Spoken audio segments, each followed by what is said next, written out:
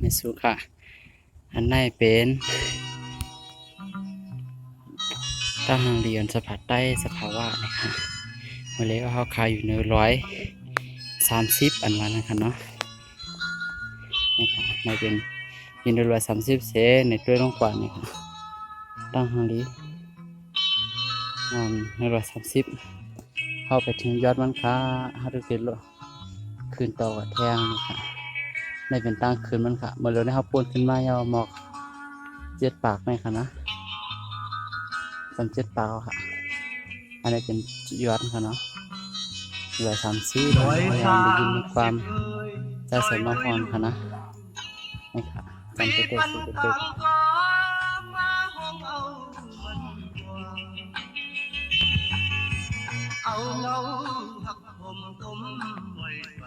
นี่ค่ะ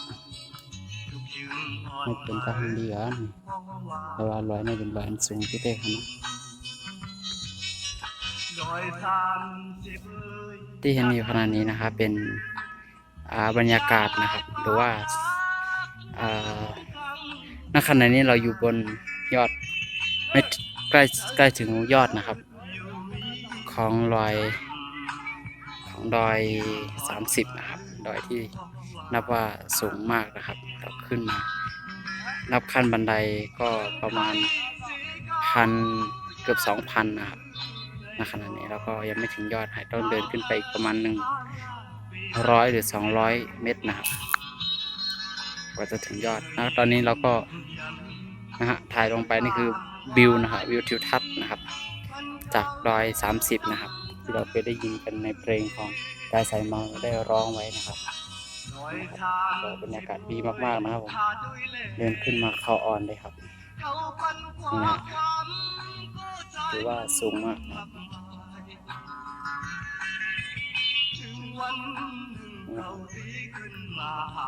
นี่คือบรรยากาศนะครับวิวทิวทัศน์นะครับเราได้อยู่บนมีถ่ายลงไปที่เห็นนะครับเป็นดอยนะครับเป็นเส้นทางถนนบนทางหมู่บ้านนะครับ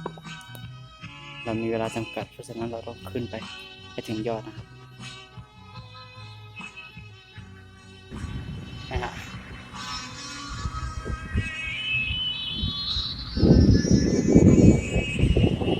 โอ้ฮันนี่เดียมาเร็วในบนเทศทางครับ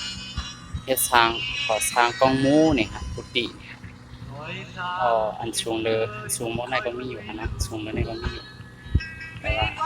เขาไปถึงยอดมันค่ะเด็กขึ้นอยู่หมดทั้ง100เนี่ยครับ100 เมตรแล้วก็60 เมตรเนี่ยถึงยอดองค์ไผ่ค่ะนี่ก็เป็นตั้งไตมันค่ะเนาะมีตรงหน้ามีเส้นตาสายตางซื้อแซ่บ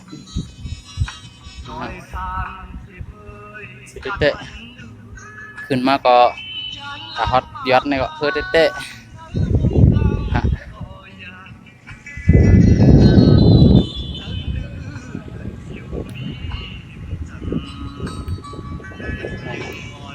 ทางนี้เตะค่ะเนาะทางนี้เตะค่ะปืนไทยสีเขา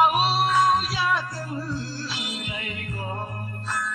สาวไทยพาญาติเป็นลูกเดียวเธอยืนอยู่ยัง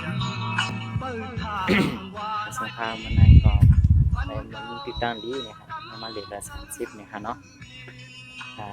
มาเหลือเขาก็ยืนในยอด30สูงเต้ๆนี่ครับลงไปย่างเต้ๆอันในเป็นวิวนะทางดีให้ใน130ก็ขนาดอันในลอยใหญ่ลอยลงค่ะ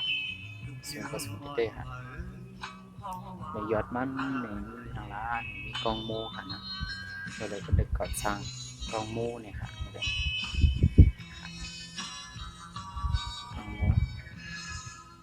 แล้วก็ตั้งปูนในเป็นตั้งปูนค่ะนะตั้งปูนก็กว้างไปค่ะนะนะฮะเอาหลังคาเนี่ยกว้างเต้ๆเป็นวิวทางตั้งทางเรียนเนาะค่ะก็ตัวท่านกันมีกิ่งก้านยามดีกับมาเลยค่ะนะลูกตีนลอยมาเลยเนี่ยค่ะ เดี๋ยวมาเลยดู ใช่ไหม เดี๋ยวมาเลย 1 2อ๋อ สุดยอด เอาค่ะไหวมากนะอินค่ะเห็นถือคันพอมาถึงยอด130ได้นี่อะไรค่ะถ่ายวิดีโอน่ะ ขี่ไหวไปเดี๋ยว เห็นเราขอน้ำ